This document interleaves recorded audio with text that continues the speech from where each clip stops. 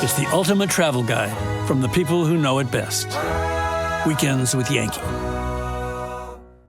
We head south to Weston, Connecticut, Richard's hometown, and a place that locals call the happiest town in Connecticut. This is also the home of Marina Marchese, a honey expert and self-described queen bee.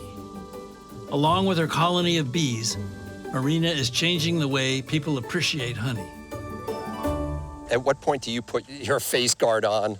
So, I will put it on if I feel like I need it. But Richard suits up and gets ready for some real New England beekeeping. I've heard beekeepers say that they can tell sort of the mood of the hive. We can, actually. So today we can see that there's a lot of bees out on the entrance because it's a very hot and humid day. I was introduced to honeybees back in 2000 when a neighbor invited me over to visit their honeybees. And at the time, I didn't know anything about bees. I was actually terrified of honeybees, like most people, but the neighbor of mine, he was very, very calm, and I really started to get comfortable with the bees because you can see they're very docile. What I'm gonna do is just give a little puff of smoke to the front of the entrance, and then I'll lift the lid, and you could give them a quick little smoke. What kind of mood are they in, can you tell? Well, I think they're pretty calm right now, but I'm gonna put my veil on just because. I see that they're very active. It slowly became one of these hobbies that just was so intriguing that one hive became 2 hives, became 3 to 7. Essentially, it was a hobby that turned into a business. We've got honey here, honeycomb being drawn out. And what's capped honey? It's honey. If you want, you can even stick your finger in and taste it. Look, when I pop it open, it ooey gooeys. You can taste it. Is it the best? It is one of the most wonderful tastes in nature. The biggest misconception about honeybees is people mistaking docile, domesticated honeybees for wasp and yellowjacks, which are meat eaters, and those are the ones that you see flying around and come to your barbecue, and honeybees really don't do that.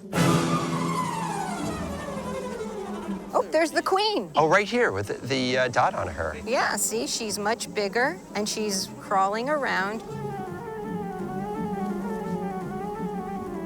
Each one of these boxes is a hive, and in each hive is 1 colony of bees. And every colony of bees is essentially a family, and they have 1 queen bee. She's the mother of all the bees in the hive, and she can lay up to 2,000 eggs a day. And how long does a queen live? So a queen could live about 3 to 5 years, and she outlives all of her children. The workers and the drones will live about 6 weeks. 6 weeks? They live for 6 weeks. Oh my They gosh. work themselves to death. I know this sounds like a very naive question, but how do they make honey? Essentially what they do is they land on a flower and they sip up the nectar from the flower and they put it into their honey stomach, and then they fly back to the hive to deposit it. The younger house bee will put it into these little cells, and then they cap it, and they will store it up for the winter. I'm so curious to compare this Western Connecticut honey to honeys from around the world. We can do that.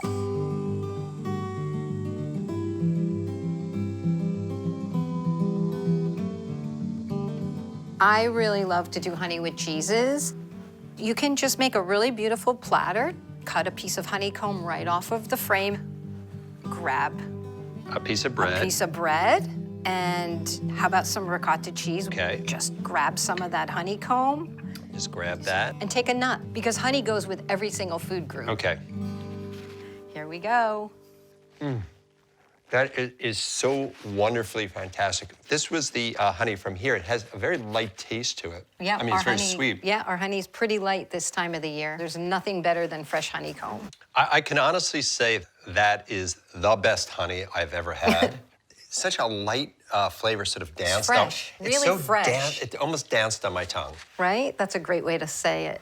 I think the future is going to be just introducing the public into how amazing honey really is, and it just is not just this sweet liquid that you put in tea. It can be used in so many different ways. It goes with food, all kinds of culinary applications. Now, these are honeys from different locations. This is a clover honey, and look at the color. It's just really, really beautiful. So this is very light. So this honey, we call it red currant because it's produced actually in a vineyard where they grow red currant. So that's the flavor I should be looking for? Yeah, like a cranberry, a red berry. It actually has that raisiny red, aftertaste. that cooked fruit. And the last honey we have is a really dark honey with a little bit of a red tint. And this honey is actually organic. It's like an umami honey. It's very savory and very dark. It's like, yeah, like that licorice on there. You're a good taster. I really enjoy working with the bees because I feel like there's a lot of science there.